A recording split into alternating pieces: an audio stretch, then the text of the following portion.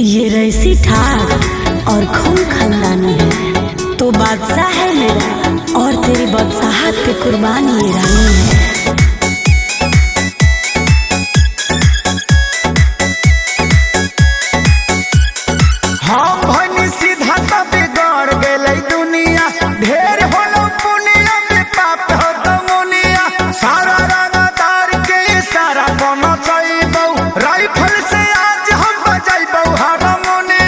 Control में जी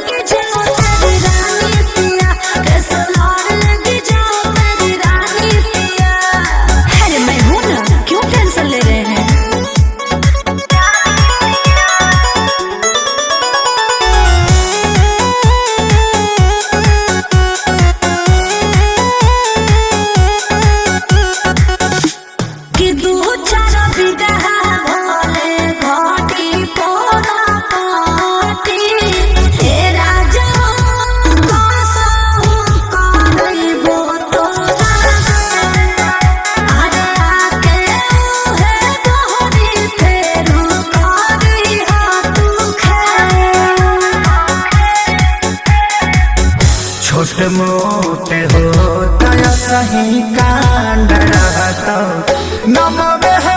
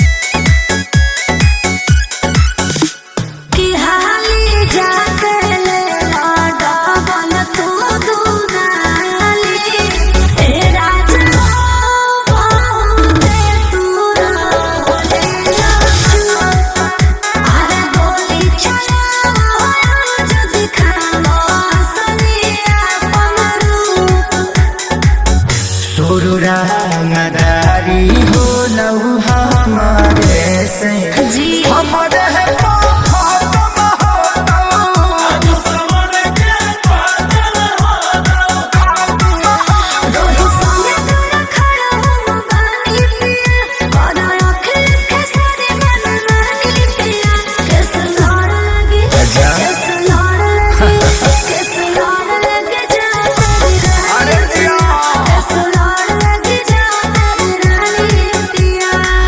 अब करे के बाद डरे के का बात चल।